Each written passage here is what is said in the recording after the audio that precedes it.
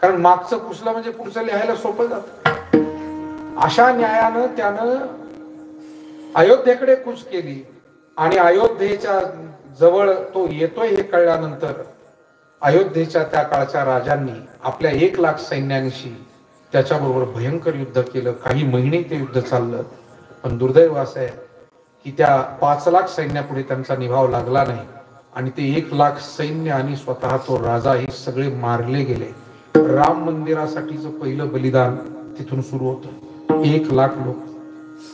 आणि नंतर त्या बाबरानं चारही अनेक बाजूंनी तोफा लावल्या आणि त्यावेळेचं जे जुनं पुरातन राम मंदिर होतं ते तोफा लावून उडवलं आणि मग तो ढाचा तिथे बांधण्यात आला.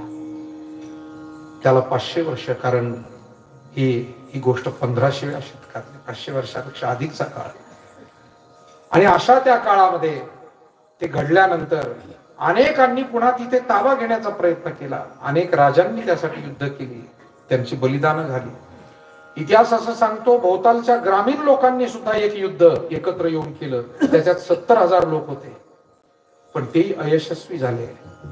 आणि असं होता होता आजपर्यंत राम मंदिराला मुक्त करण्यासाठी 4.5 लाख लोकांचं बलिदान झालंय.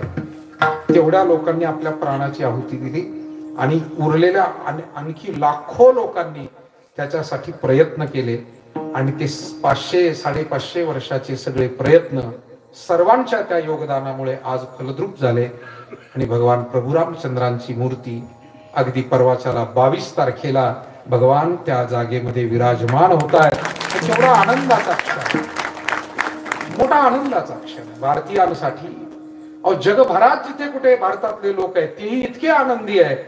त्यांनी तिथे दिंड्या काढल्या, त्यांनी तिथे रामाचं पूजन सुरू केलंय, त्यांनी भजन सुरू केलंय, हवन सुरू केलंय. आपापल्या परीनं लोक आनंद व्यक्त करतायत. आणि म्हणून आपणही परवाच्याला आपापल्या गावामध्ये, आता आपला सप्ताह तर चालूच राहील, त्याच दिवशी समाप्ती आहे. काय योग आला. मला वाटतं हिंगोलीकर तुम्ही भाग्यवान आहात. ज्या दिवशी राम मूर्ती तिथे बसते त्याच वेळेला इकडे काल्याचं कीर्तन आणि इथे रामाचं पूजनही होणार आहे. खूपच चांगला योग आला असं मी म्हणेन. आणि त्या दिवशी आपापल्या घरी गुढी उभारावी, भगवान प्रभू रामचंद्रांचं पूजन करावं, नैवेद्य अर्पण करावा. सायंकाळी आपल्या घरासमोर दिवे लावून दीपोत्सव साजरा करावा. कारण राम 14 वर्षाचा वनवास पूर्ण करून आले त्यावेळेला दिवाळीच होती आणि अयोध्येमध्ये दीपोत्सव साजरा झाला होता. मला वाटतं तो 14 वर्षाचा वनवास हा 500 वर्षाचा वनवास आहे. आणि म्हणून त्यावेळेला फक्त अयोध्येमध्ये दीपोत्सव झाला, यावेळेला मात्र संबंध भारतात आणि जगभरात दीपोत्सव व्हावा ही रामभक्तांची आणि तुमची आमची सर्वांची भावना आहे. तेव्हा भगवान प्रभू रामचंद्रांच्या मूर्ती स्थापनेच्या या पर्व काळावरती आपण त्यांच्या चरणी विनम्र भावानं वंदन करूया.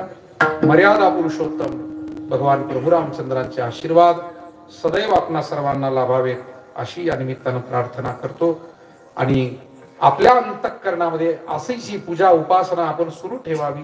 तुकोबाराय म्हणतात, तुझी प्रतिमेचे देव संत म्हणती तेथे भाव, संत वचनावर म्हणून गाथा ज्ञानेश्वरी. आणि आपल्या सकल संतांचं वर्णन आहे. मग ते संत गोरोबा काका, संत सावता महाराज, संत सेना महाराज, संत नरहरी महाराज, संत चोखा मेळा, परिसा भागवत, निवृत्तीनाथ महाराज, सोपान काका, जनाई, मुक्ताई, किती संत मानवी आणि नामदेव राय. आणि या सर्व त्यांच्या नंतर पुढे नाथ महाराज आहे, जगद्गुरु तुकोबाराय, निळोबाराय, या सर्व संतांनी खूप मोठा विचार ग्रंथांच्या रूपाने आपल्याला दिलेला आहे. आणि म्हणून संत वचनावर विश्वास ठेवून आपण परमार्थ करावा.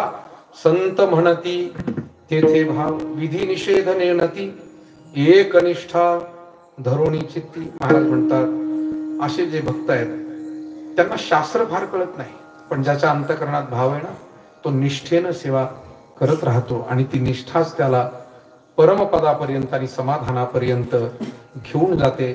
अशा या संतांनी जो विचार आपल्याला दिला, एकदा प्रेमानं त्या संतांचं भजन करू. ज्ञानेश्वर